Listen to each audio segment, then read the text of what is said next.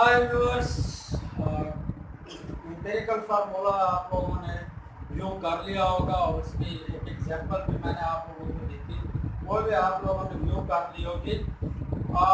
आज के जो टॉपिक है empirical formula from combustion analysis. Combustion analysis के जरिए से हम एम्पिरिकल फार्मूला जो है वो किन कंपाउंड का हम फाइंड आउट कर सकते हैं। तो दरअसल इस टॉपिक को शुरू करने से पहले मेक श्योर कि आप मेरे चैनल को सब्सक्राइब करें ताकि अगले आने वाले वीडियोस आपको मिल सके। सबसे पहले इस प्रोसेस के अंदर जो हम ऑर्गेनिक कंपाउंड होते हैं जिसमें कार्बन, हाइड्रोजन और सिंपली ऑक्सीजन पर मुश्तमिल होते हैं, ऐसे ऑर्गेनिक कंपाउंड में जो है हम कार्बन, हाइड्रोजन और ऑक्सीजन को ऑर्गेनिक कंपाउंड में एनालाइज कर सकते हैं। और सबसे पहले कंबशन एनालिसिस जो है सबसे पहले हम क्या करते हैं, जो हमारे पास ऑर्गेनिक कंपाउंड है वेटेड सैंपल जो है वो इसका हम इस जो हमारे पास कंबशन ट्यूब है इसमें हम वो ऑर्गेनिक कंपाउंड जो है प्लेस कर देंगे। अब जब ऑर्गेनिक कंपाउंड प्लेस करेंगे तो ऑर्गेनिक कंपाउंड प्लेस करने के बाद हम यहाँ से जो है ना इसमें ऑक्सीजन जो है वो इसमें से पास करेंगे। जब ऑक्सीजन पास करेंगे तो ऑक्सीजन पास करने से पहले इस कंबशन जो हमारे पास ट्यूब है इसको हम फर्नेस के अंदर रखें, यानी ये फर्नेस है। अच्छा, फर्नेस के अंदर रख के इसमें से ऑक्सीजन पास करेंगे। जो हमारे पास ऑर्गेनिक कंपाउंड है वो हमारे पास जो है वो उसकी कंबशन शुरू होगी और उसके उस ऑर्गेनिक कंपाउंड में जो कार्बन है वो हमारे पास चेंज हो जाएगा कार्बन डाइऑक्साइड, और जो हाइड्रोजन है वो हमारे पास चेंज हो जाएगा वाटर के अंदर।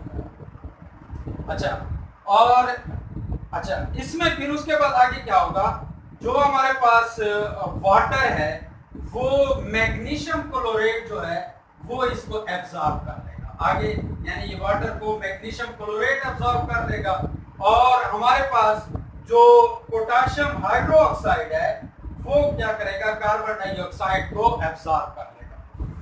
और अच्छा, कार्बन डाइऑक्साइड एब्जॉर्ब हो गई, वाटर एब्जॉर्ब हो गई।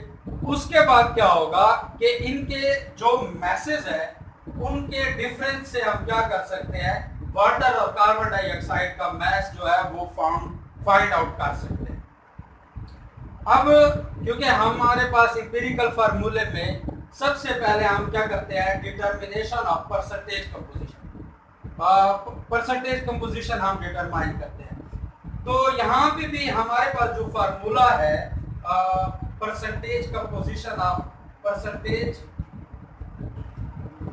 जो है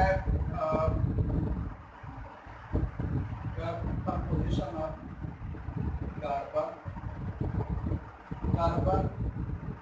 अच्छा, इसको हम लोगों ने अगर परसेंटेज कंपोजिशन कार्बन की फाइंड आउट करनी है तो हमारे पास जो फार्मूला है उसमें carbon dioxide divide by mass of organic compound, इसी तरीके से हम परसेंटेज फाइंड आउट करेंगे मल्टीप्लाई। अब हमने इसमें से क्या, कार्बन 12 है और कार्बन डाइऑक्साइड जो है वो 44 जो है इसकी वैल्यू होती है, मॉलिक्यूलर मास होता है।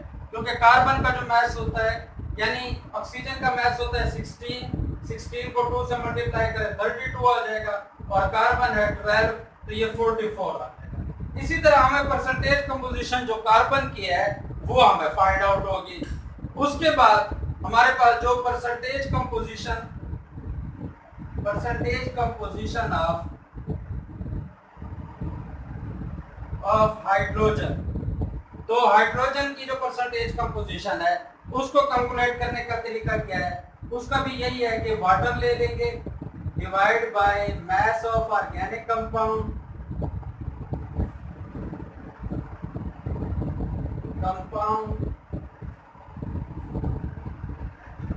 अच्छा, मास ऑफ ऑर्गेनिक कंपाउंड हो जाएगा, मल्टीप्लाई इसको कर लेंगे, यानी water mass of organic compound को मल्टीप्लाई कर लेंगे।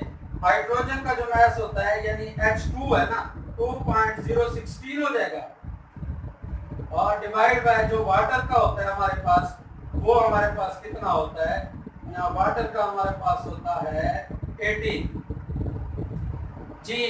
इस तरीके से हम कार्बन की परसेंटेज कंपोजिशन कैलकुलेट कर सकते हैं, और इसी तरीके से हम हाइड्रोजन की परसेंटेज कंपोजिशन मालूम कर सकते हैं। और थर्ड जो हमने ऑक्सीजन की परसेंटेज कंपोजिशन कैलकुलेट करनी है, तो ऑक्सीजन की जो परसेंटेज कंपोजिशन मालूम करनी है वो कैसे मालूम करेंगे, वो क्या होगा, डिफरेंस लेंगे, डिफरेंस मेथड के जरिए। डिफरेंस मेथड से क्या मतलब है, डिफरेंस मेथड से मतलब ये है कि percentage composition of oxygen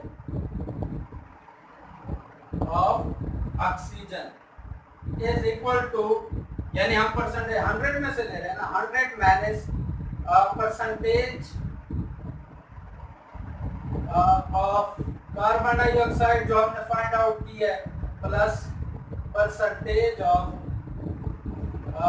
hydrogen जो हमने कैलकुलेट की है, जो वैल्यू हमारे पास इस तरीके से आएगी, उन दोनों वैल्यूज को ऐड करके 100 में से माइनस कर देंगे, तो ये हमारे पास परसेंटेज कंपोजिशन ऑफ ऑक्सीजन आ जाएगा।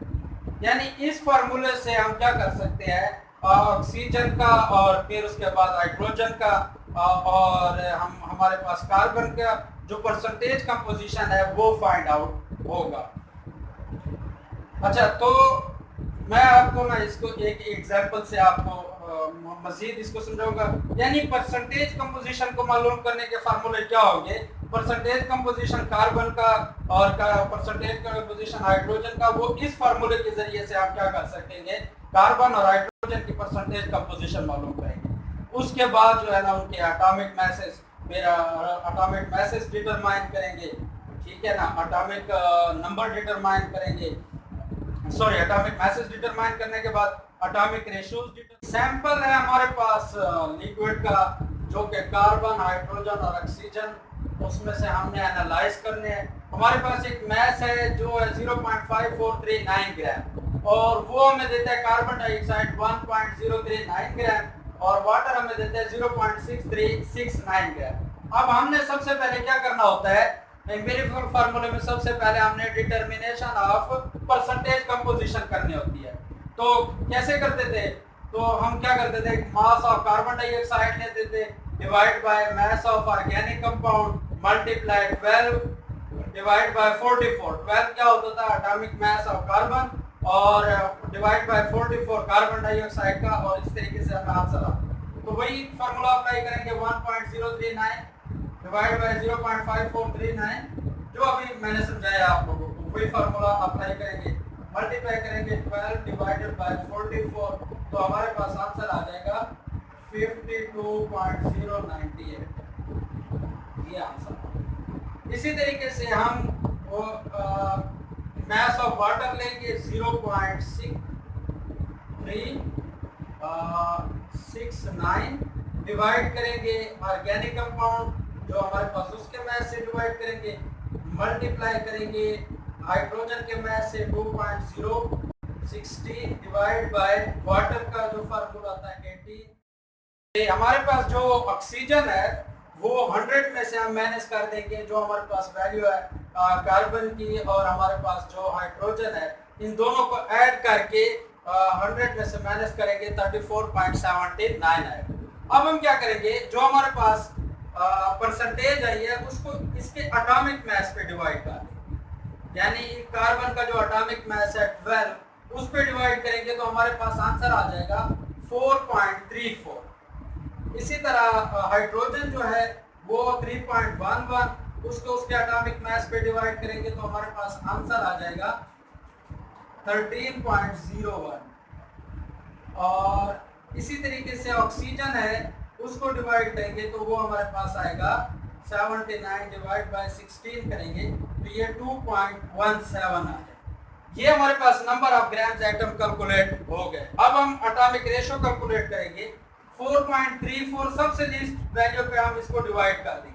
2.17 पे 2.17 पे और 2.17 पे डिवाइड करेंगे तो हमारे पास इसका आंसर आ जाएगा 2, इसका आंसर आ जाएगा 6 और इसका आंसर आ जाएगा 1।